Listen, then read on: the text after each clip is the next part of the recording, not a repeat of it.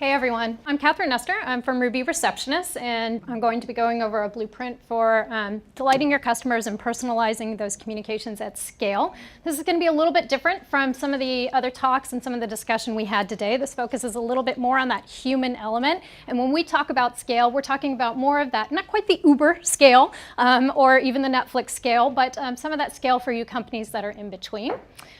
Okay, so Ruby Receptionists, we are a live virtual receptionist company. We believe very strongly in making human connections. That is our mission.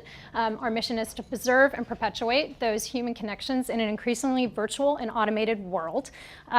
And that makes my job title as the Chief Product and Technology Officer a little ironic because it's about the human part of the world that we live in.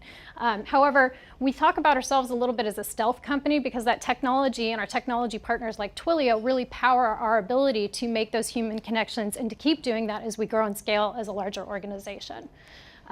So a little bit more about us. We've been making connections with callers and customers for over 14 years. We do that for 6,300 companies across North America. We do that from Portland, Oregon, where we have about 400 employees, 2/3 of which are actually receptionists taking those calls for our customers. And in Q1 of this year, we answered about 2 million calls. That's about 36,000 opportunities a day to connect with somebody and to have that connection.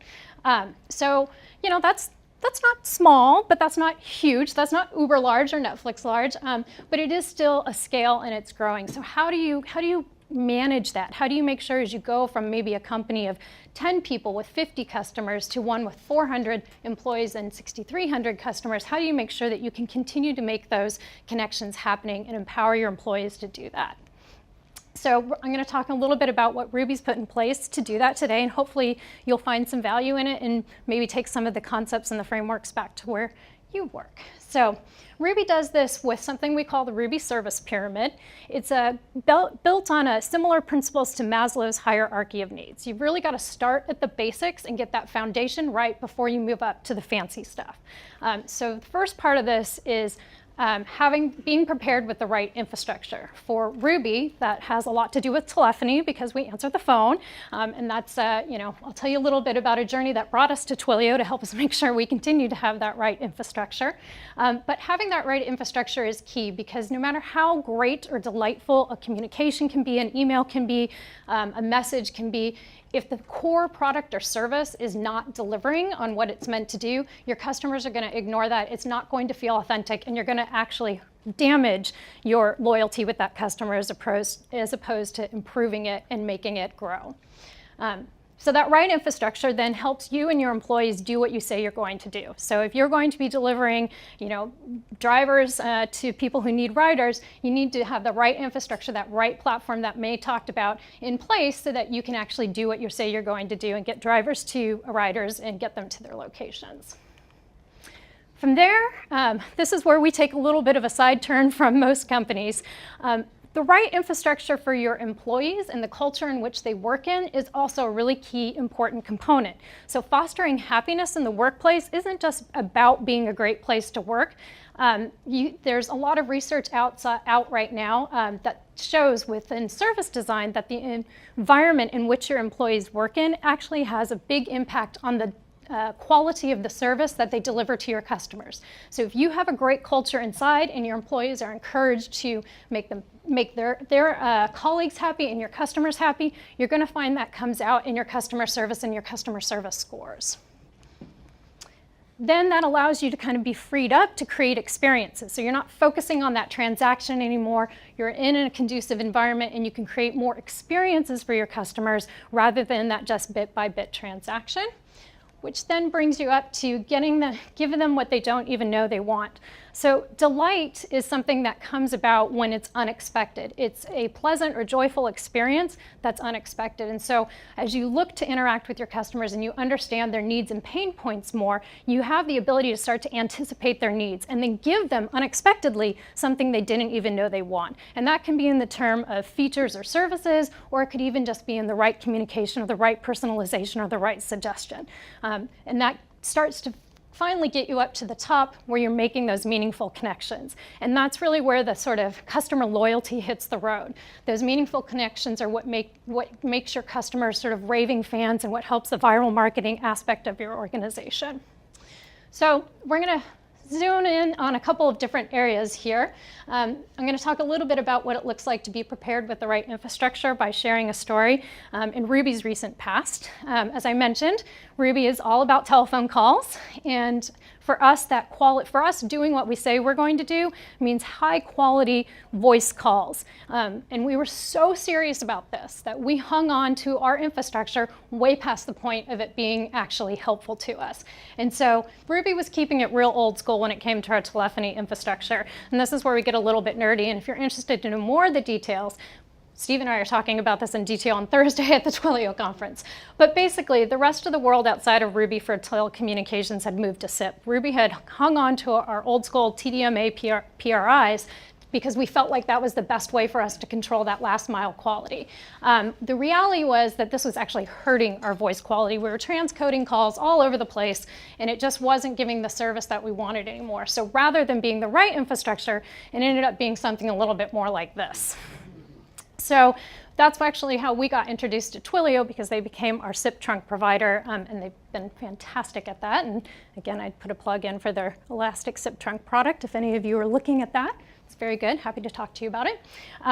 But just going back to that bit there, you really need to be prepared with the right infrastructure. And it's not something that you do, it's not a once and done. Ruby had the right infrastructure. For a lot of years, those TDM APIs were the absolute right way to control the quality. But as time went on, as the environments changed, as our customers' environments changed, we needed to re-examine that bottom layer and rebuild it. And that's really what then makes sure that we're able to do what we say we're going to do and answer those calls in a timely fashion and have good call quality. So let's look a little bit at foster happiness. As I mentioned, the environment in which your employees work has a direct impact on the quality of service that they deliver to your customers in their interactions with your customers. And so you might think to yourself, okay, well, what does fostering happiness mean? Does that mean like happy hour every day, free beers, free massages? It doesn't have to be anything like that. It can actually be pretty simple, and it does have a direct ROI.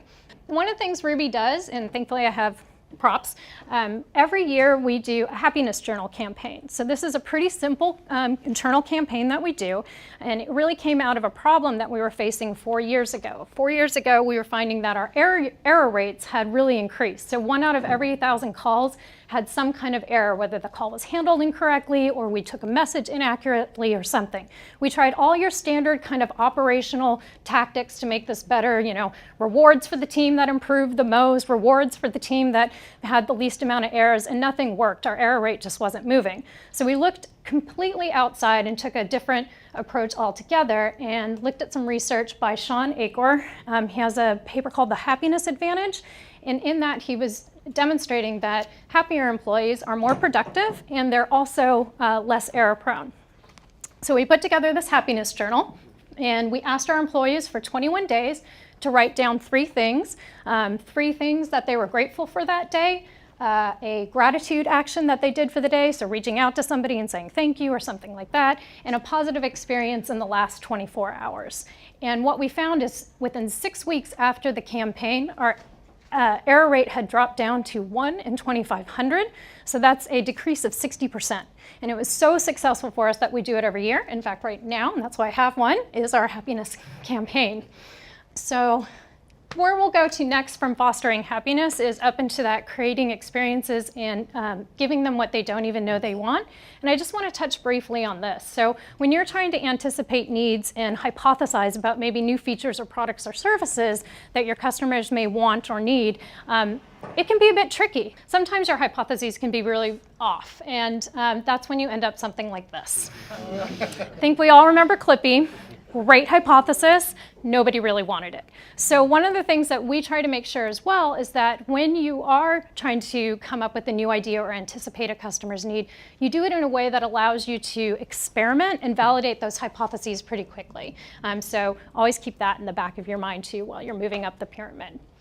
at this point, you're basically at the top of the pyramid, and now you're really able to make meaningful connections. And making meaningful connections when you're at this point, you can do with confidence because you know you have that framework below you to support you so that you're doing what you say that you're going to do. So your product is delivering on its key benefits and features. So your customers, when you layer on that meaningful connection, find it authentic, and it's what drives that higher customer loyalty.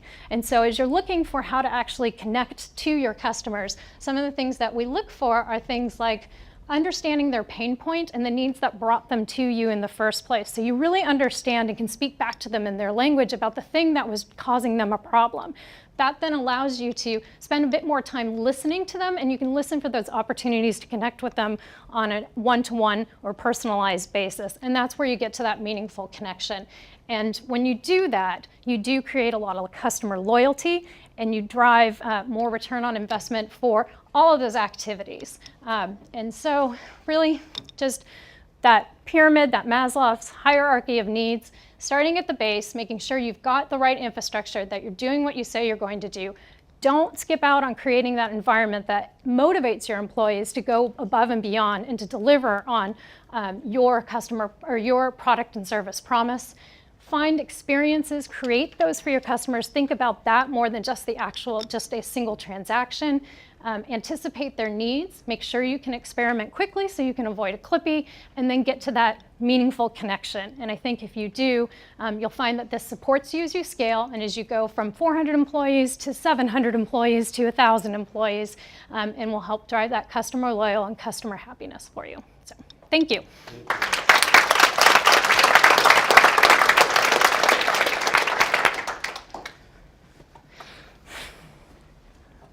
All right, guys, I know it's pretty late, but I want to go through one very quick round of questions. Maybe we take two. Any questions? Going once. What are you grateful for today? Oh, I'm grateful for the sunshine that San Francisco had. Yeah, that was really nice to come in and not be totally embanked in fog. Can I ask one question? I know, Steve, you were here too, and thank you so much for being here and helping with the presentation as well. You run the engineering team, right? And you run the product and technology team. Mm-hmm. So when it comes to personalization, when it comes to communications, how do you split responsibility? How do you say that this is part of engineering, this is part of product? So I have this problem that I came to Ruby about 6 years ago, and you just get imbued with the culture at Ruby, and there is no divide between people and technology, or between technology and product. It's Ruby, and we care about people. And I'd say it took me about a year, I'll just say, but I say I drank the Kool-Aid. And so there's not a conflict that we have. Yeah.